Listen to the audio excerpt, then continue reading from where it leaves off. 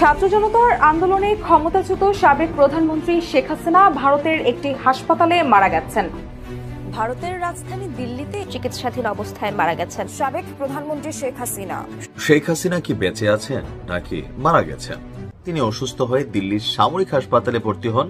সেখানে তার পুরনো ক্যান্সার ছিল, আরো কিছু রোগ ছিল, যেগুলাতে তিনি মৃত্যুবরণ করেছেন। অবশেষে ফাঁসির দড়িতে ঝোলার আগেই দুনিয়ার বুক থেকে বিদায় নিলেন একবিংশ শতাব্দীর অন্যতম সেরা স্বৈরাচার, নব্য ফেরাউন এবং অসংখ্য ছাত্র জনতা, শিশু, বৃদ্ধ, নারী এবং নিরীহ নিরস্ত্র মানুষের গণহত্যাকারী শেখ হাসিনা। সাবেক প্রধানমন্ত্রী শেখ হাসিনার বিরুদ্ধে আন্তর্জাতিক অপরাধ ট্রাইব্যুনালে চলমান মামলার গুরুত্বপূর্ণ সাক্ষী ছিলেন সদ্য প্রয়াত বরেণ্য বুদ্ধিজীবী, লেখক, গবেষক ও জাতীয় মুক্তি কাউন্সিলের সভাপতি বদরুদ্দিন ওমর।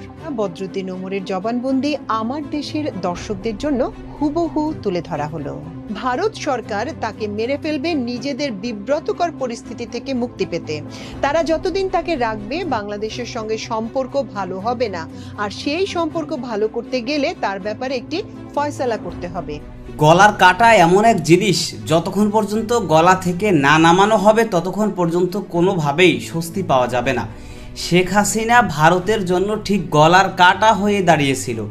কারণ শেখ হাসিনা ভারতে গিয়ে আশ্রয় নেওয়ার পর থেকেই কিন্তু ভারতের সাথে বাংলাদেশের সাথে সম্পর্ক একেবারে তলানিতে গিয়ে পৌঁছেছিল এবং এদেশের সর্বস্তরের মানুষ ভারতকে কিন্তু বয়কট করেছিল এবং ভারতের বিরুদ্ধে, ভারতীয় আগ্রাসনের বিরুদ্ধে পুনরায় আবারও ঝাঁপিয়ে পড়েছিল।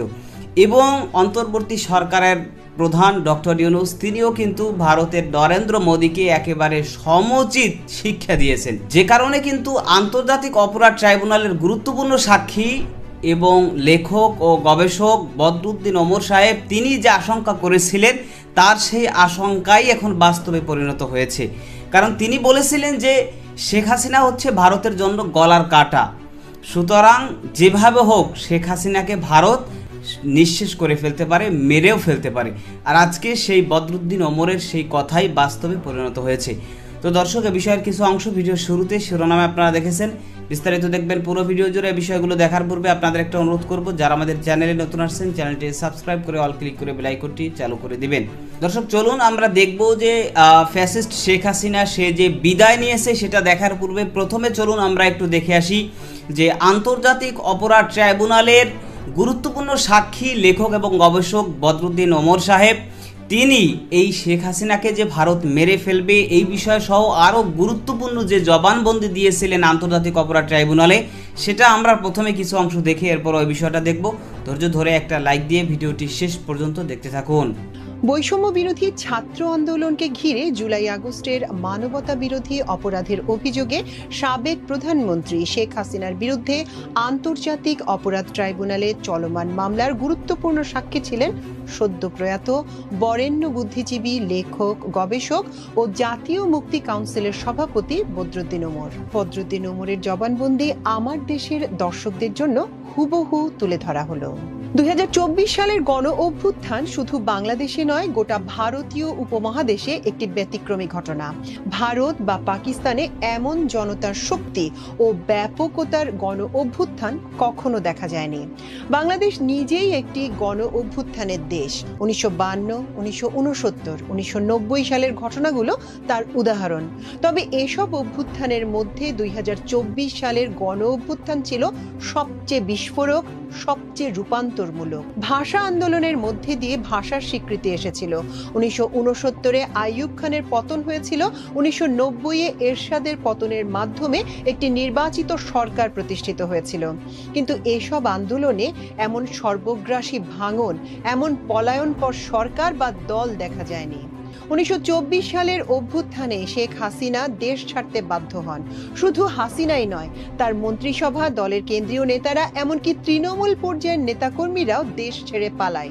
এরকম ব্যাপক দলীয় পতন, আতঙ্ক ও আত্মগোপন বাংলাদেশের ইতিহাসে আর কখনো ঘটেনি। সিরিয়া বা অন্য কোনো দেশে স্বৈরাচার পতনের পরও এত সংগঠিত দলীয় পলায়ন দেখা যায়নি। এই অভ্যুত্থানের গভীরতা বোঝাতে একটি প্রতীকী চিত্র যথাযথ। শেখ হাসিনার পালানোর পরদিন থেকেই সারা দেশে শেখ মুজিবের মূর্তি ও মুরাল সাধারণ মানুষ ভেঙে ফেলে। কেউ কোনো নির্দেশ দেয়নি, তবু এটি ঘটেছে। এটি এক ধরনের প্রকৃতির প্রতিশোধ, যার বহিঃপ্রকাশ জনগণের স্বতঃস্ফূর্ত প্রতিক্রিয়ায় হয়েছে। বহু বছর ধরে নির্যাতিত, অবদমিত জনগণের ক্রোধ এই অভ্যুত্থানে বিস্ফোরিত হয়েছে। শেখ মুজিব নিজেই একসময় পার্লামেন্টে দাঁড়িয়ে বলেছিলেন, সিরাজ শিকদার কোথায়, যেটা ছিল একটি অমানবিক ব্যঙ্গ। কিন্তু ইতিহাসের প্রতিশোধ হয়েছিল ওই বছরেরই আগস্টে, যখন মানুষ বলেছিল শেখ মুজিব কোথায়। এভাবেই ইতিহাসে অনেক সময় ঘটনাগুলোর পুনরাবৃত্তি হয় প্রতিশোধের রূপে। এই অভ্যুত্থানের ফলে আওয়ামী লীগ শুধু ক্ষমতা থেকে বিতাড়িত হয়নি, তারা জনগণের বিশ্বাস থেকেও বিতাড়িত হয়েছে। মুসলিম লীগের পতনের মতোই এবারের গণ অভ্যুত্থান আওয়ামী লীগের জন্য একটি চূড়ান্ত রাজনৈতিক পরিণতি তৈরি করেছে। ভারতের সহায়তায় তারা হয়তো কিছু অন্তর্ঘাতমূলক তৎপরতা চালাতে পারে, কিন্তু জাতীয় রাজনৈতিক দল হিসেবে তাদের পুনরুত্থান অসম্ভব বলেই মনে হয়। এছাড়াও এই অভ্যুত্থানের একটি গুরুত্বপূর্ণ দিক হলো ছাত্রদের ভূমিকা। তারাই ছিল এই আন্দোলনের প্রধান চালিকা শক্তি। ইতিহাসে ছাত্ররা বারবার নেতৃত্ব দিয়েছে, কিন্তু এবারের আন্দোলনে তারা যে সাংগঠনিক শৃঙ্খলা, সাহস ও আত্মত্যাগের পরিচয় দিয়েছে তা বিরল। আওয়ামী লীগের শাসনামলে শেখ হাসিনা বড় বড় সব অপরাধ করেছে, আর শেখ হাসিনাকে ওই সময় ভারত সমর্থন দিয়ে গেছে। সে দীর্ঘদিন ভারতে থাকার সময় সেখানে ভারতের সঙ্গে সম্পর্ক গভীর করেছে। ভারতের গোয়েন্দা সংস্থা রয়ের সঙ্গে তার যে গভীর সম্পর্ক ছিল, এটা কোনো নতুন ব্যাপার ছিল না। এই সম্পর্কের ভিত্তি ছিল যে ভারতই একমাত্র রাষ্ট্র যেটা তাকে ক্ষমতায় বসিয়েছে। ফলে পতনের পর সে ভারতে পালিয়েছে, সে ওখানেই থাকবে। ওখানে থাকাটাই এক ধরনের শাস্তি। সেখানে সে জ্বলে পুড়ে মরবে। আরেকটি শাস্তি হতে পারে, যেটা আমি মনে করি, ভারত সরকার তাকে মেরে ফেলবে নিজেদের বিব্রতকর পরিস্থিতি থেকে মুক্তি পেতে। তারা যতদিন তাকে রাখবে, বাংলাদেশের সঙ্গে সম্পর্ক ভালো হবে না। আর সেই সম্পর্ক ভালো করতে গেলে তার ব্যাপারে একটি ফয়সালা করতে হবে। তাকে ওখানে রাখা যায় কি যায় না সে প্রশ্ন না, তবে যদি মেরে ফেলেন নরেন্দ্র মোদী, আশ্চর্য হবেন না। তারা এমন ভাবে বিষয়টি সাজাবে যে মনে হবে বাংলাদেশি কেউ তাকে মেরেছে। এরকম একটি সংগঠিত প্রচার চালাবে। শেখ হাসিনা বাংলাদেশে ক্ষমতায় ছিল নির্বাচনগুলো নিয়ন্ত্রণ করার মাধ্যমে। 2009 সালে ক্ষমতায় আসার পর থেকে 2024 সাল পর্যন্ত প্রতিটি নির্বাচন, এগুলোর প্রতিটি সে ম্যানিপুলেট করেছে। এগুলো সম্ভব হয়েছে কারণ রাষ্ট্রের প্রতিটি প্রতিষ্ঠানের উপর নির্বাচন কমিশন থেকে শুরু করে পুলিশ এবং আমলাতন্ত্র সবকিছুর উপর সে নিয়ন্ত্রণ প্রতিষ্ঠা করেছিল। প্রথম থেকেই শেখ হাসিনা ঠিক করেছিল যে নির্বাচন নিয়ন্ত্রণ করবে। সেটি করতে গেলে তত্ত্বাবধায়ক সরকার রাখা সম্ভব নয়। অথচ 1996 সালে তত্ত্বাবধায়ক সরকারের দাবিতে তিনি আন্দোলন করেছিল, সংশোধনী এনেছিল। কোনো নীতিবোধ বা নৈতিক লজ্জাবোধ তার ছিল না। 2009 সালে ক্ষমতায় এসে সেই হাসিনাই তত্ত্বাবধায়ক সরকার বাতিল করে দিল, কারণ সে বুঝেছিল নিরপেক্ষ নির্বাচন হলে পরবর্তীবার তারা আর জিততে পারবে না। সুতরাং নির্বাচনে জিততে হলে তাকে সবকিছু নিজের নিয়ন্ত্রণে আনতেই হবে। সে প্রশাসনকে দুভাবে নিয়ন্ত্রণ করেছে। প্রথমত ঘুষ, টাকা পয়সা ও সুযোগ সুবিধা দিয়ে, দ্বিতীয়ত হুমকি ও ভয়ভীতি প্রদর্শনীর মাধ্যমে। 2009 সালের মধ্যে এই নিয়ন্ত্রণ স্থাপন করে। এই নিয়ন্ত্রণের মাধ্যমে সেই 2014, 2018 এবং 2024 সালের নির্বাচনগুলো করে। 2014 সালে ভোট কেন্দ্রে কাউকে ঢুকতেই দেয়নি। 2018 সালে রাতের ভোট হয়েছিল। দিনে ভোট হলেও ভোট আসলে হয়ে গেছে আগের রাতে। 2024 সালেও একই ঘটনা। এভাবে নির্বাচন করেও সে জয়লাভ করে, যদিও জনসমর্থনের কোনো ভিত্তি ছিল না। ওইসব নির্বাচনে দেখা গেছে তার দল 300 সিটের মধ্যে 4-5টি সিটও পাবে কিনা সন্দেহ। এরপরও সে জয়ী হয়েছে শুধুমাত্র প্রশাসনের উপর চূড়ান্ত নিয়ন্ত্রণের কারণে। এটা গোপন কিছু নয়, সবাই জানে। একটি সরকার যদি চায় তারা এভাবে নির্বাচন নিয়ন্ত্রণ করবে, তাহলে সেটা ঠেকানো কঠিন। নির্বাচনে শুধু কারচুপি নয়, রাজনৈতিক প্রতিপক্ষের ওপর নিষ্ঠুর দমন চালিয়েছে শেখ হাসিনা। কোনো রাজনৈতিক দল যাতে কার্যকরভাবে নড়াচড়া করতে না পারে সেজন্য নির্যাতন করা হয়েছে। প্রচুর মানুষকে গ্রেপ্তার করে বছরের পর বছর আটকে রাখা হয়েছে বিনা কারণে। আয়নাঘর নামে টর্চার সেল তৈরি করা হয়েছে, যেটা শেখ মুজিবের আমলেও ছিল না। শেখ মুজিব বিরোধীদের সরাসরি হত্যা করতেন। শেখ হাসিনা শুধু হত্যা করত না, নির্যাতনও করত এবং এতে এক ধরনের বিকৃত আনন্দ পেত। সুতরাং এভাবে রাষ্ট্রীয় ক্ষমতার অপব্যবহার করে সে নির্বাচনী ব্যবস্থাকে নিজের করায়ত্ত করেছে এবং প্রকৃতপক্ষে জনগণের সঙ্গে তার সম্পর্ক একেবারেই ছিন্ন হয়ে গেছে। শেখ হাসিনার আমলে বিচার বহির্ভূত খুন নির্যাতন নিয়ে যদি বলতে হয়, গুম ও বিচার বহির্ভূত হত্যাকাণ্ড এই ধরনের কাজ কেবল ওই ব্যক্তি করতে পারে যার হাতে রাষ্ট্র ক্ষমতা রয়েছে, যার অধীনে ইন্টেলিজেন্স বিভাগ, ডিজিএফআই এর মতো সংস্থা রয়েছে। আয়নাঘরের মতো গোপন নির্যাতন সেল কিংবা গুমের মতো অপরাধ, এসব তো ডিজিএফআই এর মাধ্যমে ঘটানো হয়েছে। যতগুলো অপহরণের ঘটনা দেখা যায় তার পেছনে ডিজিএফআই এর সংশ্লিষ্টতা রয়েছে। এরপর তারা অন্যভাবে যাকে বলে বিচার বহির্ভূত হত্যাকাণ্ড, সেগুলো সংগঠিত করেছে। তারা এসব করেছে বিরোধী দল, বিশেষ করে বিএনপিকে নিষ্ক্রিয় করে রাখার লক্ষ্যে। বিএনপিকে তারা ধীরে ধীরে পিষ্ট করে রেখেছে, দমন করেছে, মারধর করেছে। শেষ দিকে দেখা গেছে তারা কোনো মিটিং মিছিল করতে গেলেও পুলিশ দিয়ে হামলা চালিয়ে তা ভেঙে দিয়েছে। যতই জনসমাবেশ হোক না কেন, পুলিশ দিয়ে তা দমন করা হয়েছে। শেষবারের মতো দেখা গেল এক বিশাল মিছিল থেকে বিএনপিকে একেবারে ছত্রভঙ্গ করে দেয়া হলো। এভাবেই পুলিশ দিয়ে মারপিট করলে বিরোধী পক্ষ, যারা নিরস্ত্র, যারা পাল্টা সশস্ত্র আক্রমণ করতে পারে না, তারা ধীরে ধীরে স্তিমিত হয়ে পড়ে। সামাজিক যোগাযোগ মাধ্যমে গত কয়েকদিনে সাবেক প্রধানমন্ত্রী শেখ হাসিনার মৃত্যুর খবর ছড়াতে শুরু করলে নেট মাধ্যমে তৈরি হয় তোলপাড়। একটি শয্যাশায়ী নারীর ছবি ব্যবহার করে দাবি করা হয় তিনি নাকি শেখ হাসিনা, যিনি হৃদযন্ত্রের ক্রিয়া বন্ধ হয়ে মারা গেছেন। কয়েক ঘন্টার মধ্যেই পোস্টটি ভাইরাল হলেও খতিয়ে দেখা গেছে পুরো ঘটনাই সাজানো এবং ছবিটি ভুয়া। ফ্যাক্ট ওয়াচ সহ একাধিক ফ্যাক্ট চেকিং প্ল্যাটফর্মের অনুসন্ধানে উঠে এসেছে ছবিটি শেখ হাসিনার নয়, বরং ভারতের 82 বছর বয়সী রাজ পাশরিচা নামের এক নারীর। দিল্লি বিমানবন্দরে হুইল চেয়ার না পাওয়ায় দীর্ঘক্ষণ হাঁটতে বাধ্য হয়ে অসুস্থ হয়ে পড়েন তিনি এবং পরবর্তীতে হাসপাতালে ভর্তি হন। ফার্স্ট পোস্ট সহ ভারতের প্রধান ধারার গণমাধ্যমে ঘটনাটি প্রকাশিত হয়েছিল চলতি বছরের মার্চে। সেই ছবি পরে সম্পাদনা করে শেখ হাসিনার মুখ বসিয়ে প্রচার করা হয়।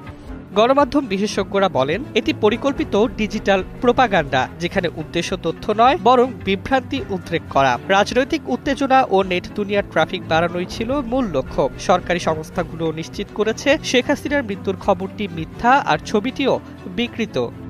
সরকার সতর্ক করেছে গুজব ছড়ানো বা এতে অংশ নেওয়া আইনগত শাস্তিযোগ্য অপরাধ। নাগরিকদের প্রতি আহ্বান জানানো হয়েছে যে কোনো বিতর্কিত ছবি বা তথ্য শেয়ার করার আগে ভুয়া কন্টেন্ট প্রচার থেকে বিরত থাকতে। সবশেষে বলা যায় যে ছবি ঘিরে এত হইচই সেটি বাস্তবে বাংলাদেশের নয়, ভারতের একজন বয়োজ্যেষ্ঠ নারীর। আর শেখ হাসিনার মৃত্যু সম্পর্কে ছড়ানো খবর পুরোটাই ভিত্তিহীন গুজব। আন্তর্জাতিক অপরাধ ট্রাইব্যুনালের যে গুরুত্বপূর্ণ সাক্ষী বদরুদ্দিন ওমর সাহেব, তিনি অত্যন্ত যুক্তিসঙ্গত কথা তিনি বলেছিলেন এবং যুক্তিসঙ্গত আশঙ্কা তিনি করেছিলেন। কারণ শেখ হাসিনা বাংলাদেশ থেকে ভারতে গিয়েছে প্রায় 1 বছরেরও বেশি সময় হয়েছে। তো এরপর থেকে বিভিন্ন সময় আমরা দেখেছি যে তার বিভিন্ন অডিও কল রেকর্ড, এগুলো বিভিন্ন মাধ্যমে, ভারতের মিডিয়া হোক বা আওয়ামী লীগের কর্মী হোক, তাদের মাধ্যমে বিভিন্ন জায়গায় কিন্তু মূলত তারা প্রচার করেছে এবং তার বিভিন্ন কল রেকর্ড আমরা এক এক সময় এক এক রকম পেয়েছি। কিন্তু বর্তমানে যে প্রযুক্তির সময়, এখন কিন্তু যে কারো ভয়েস, উদাহরণস্বরূপ আমার ভয়েস নকল করে এআই এর মাধ্যমে কিন্তু রেকর্ড তৈরি করা যায়, অডিও ভিডিও সব কিছুই তৈরি করা যায়। তো সেগুলো এআই বা প্রযুক্তির মাধ্যমে বানানো কিনা